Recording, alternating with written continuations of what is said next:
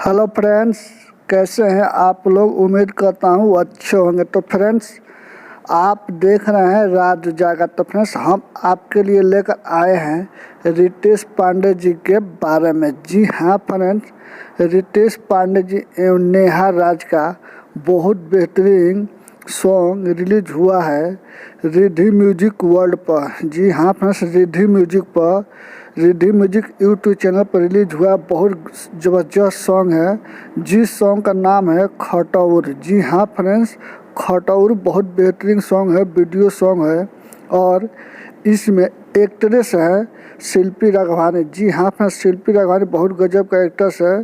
तो दोनों बहुत बेहतरीन वीडियो हुआ है। तो आप लोग जाइए रिद्धि म्यूजिक पर और खूब ढेर सारा प्यार और आशीर्वाद दीजिए रितेश पांडे जी को। और प्लीज़ आप रितेश पांडे जी के फैंस हैं, इस वीडियो को लाइक कीजिए और मेरे चैनल को सब्सक्राइब कीजिए। हम आपके लिए ऐसे ही अपडेट लाते रहेंगे। तब तक के लिए बाय बाय।